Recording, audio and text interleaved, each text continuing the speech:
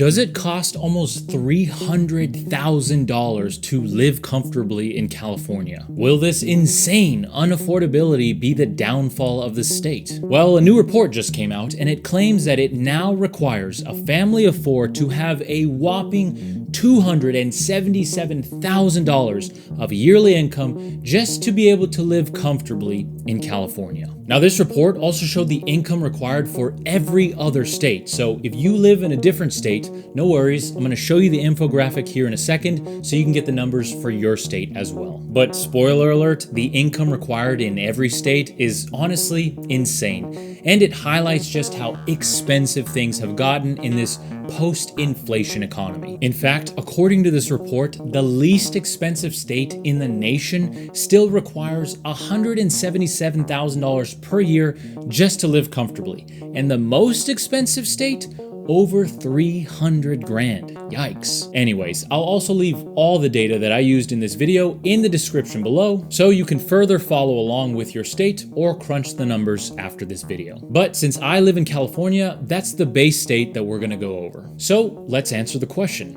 How unaffordable is California getting?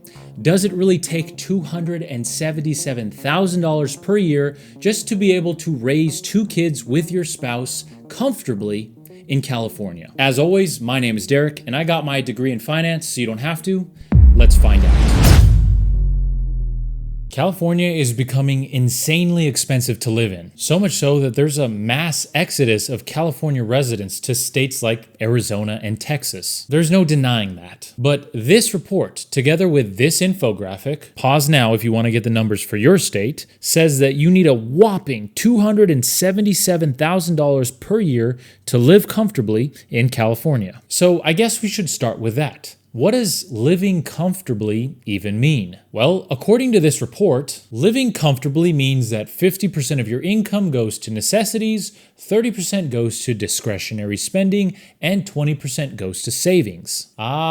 So according to this report, which is before taxes, by the way, for simplicity's sake, of your $277,000 income, about $138,500 goes to necessities, about $55,400 goes to savings, and I'm fine with that. Savings are important for rainy days and for retirement, and a massive $83,000 per year goes to discretionary spending. I think for most people, $83,000 per year on discretionary spending is more like very comfortable. See, that's the problem with just using fixed percentages in these reports. The true dollar amount will vary widely depending on income level and by each individual's personal spending habits. But there's another amount here that's important. The $138,500 on necessities. Where did that number come from? The $138,500, which is rounded up by the way, comes from MIT. More specifically from MIT's living wage calculator, which if you're a numbers nerd is a great place to spend some time. But even if you're a normal person with actual hobbies, this is still a great place to take a look around and see the living wage for your state, even your county. Now, the report used data from this site, but failed to mention a couple of things. The first is that the data used is the data for the state as a whole, even though the living costs for different areas within each state might vary significantly. And it also assumed one very specific scenario: 2 adults, 2 children, and both parents working. That's how it arrived to its $138,500 number for necessities. What you'll see is if it's instead 2 adults, 2 children, but only 1 adult working, the necessities number drops significantly to right around $102,000. Why? Well, because it entirely zeroes out the amount for childcare. Again, another problem with these reports is even though the data is accurate from a reputable source like MIT, they use a very specific scenario with that data to set a narrative that is sensational. I mean, I'm sure I even tried to make the title of this video catchy enough for you to click on it, because unfortunately, that's just how the internet works. But if instead we actually look at the data, what we will see is that the more children a family has, the more sense it makes, financially speaking only, for one parent to stay home. because more children means more income that second adult would have to make to counter the increasing costs of childcare. Another thing that I noticed with the data that doesn't really make much sense is the transportation cost. It's the same regardless of whether one or two people are working. Wouldn't the transportation cost be higher if another person has to go to work? But I digress. The point is, in this very specific scenario of two adults, two children, and both adults working, the cost for necessities is roughly around $138,000 every single year in California. So then let me ask you a question.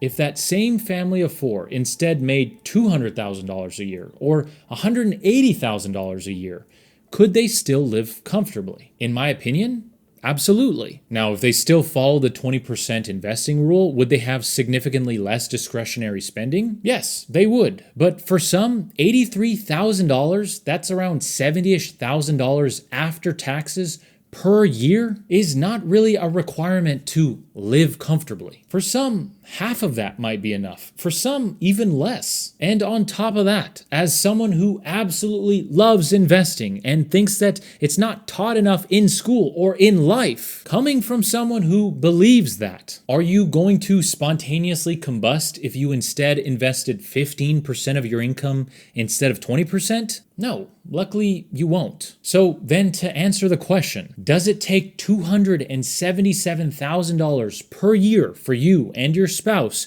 to raise two kids comfortably in California? In my expert opinion, which since this is the internet means absolutely nothing, no, I don't believe it does. Which also means that all the numbers for all the other states in this report probably fall under the same problem as the numbers for California. And that's that everyone's discretionary spending is massively different. And one more caveat. The way that this report appears to come up with its numbers is a 2-to-1 ratio of income to expenses. Simply multiplying the expenses by 2 to come up with the income required to live comfortably. That means that states with a higher base necessities cost will have a more ridiculous discretionary spending number because it's simply a multiple of base necessities. And the states with a lower base necessities cost will have a less ridiculous or maybe even more accurate or more real-world number for discretionary spending. And where do these basic necessities and discretionary spending and savings numbers come from in the first place? These numbers come from the golden standard 50-30-20 budgeting advice. The problem is that advice is a guideline as to what you should do. No more than 50% of your income to necessities, no more than 30% of your income to discretionary spending, and at least 20% of your income to saving. But never does it say that you must spend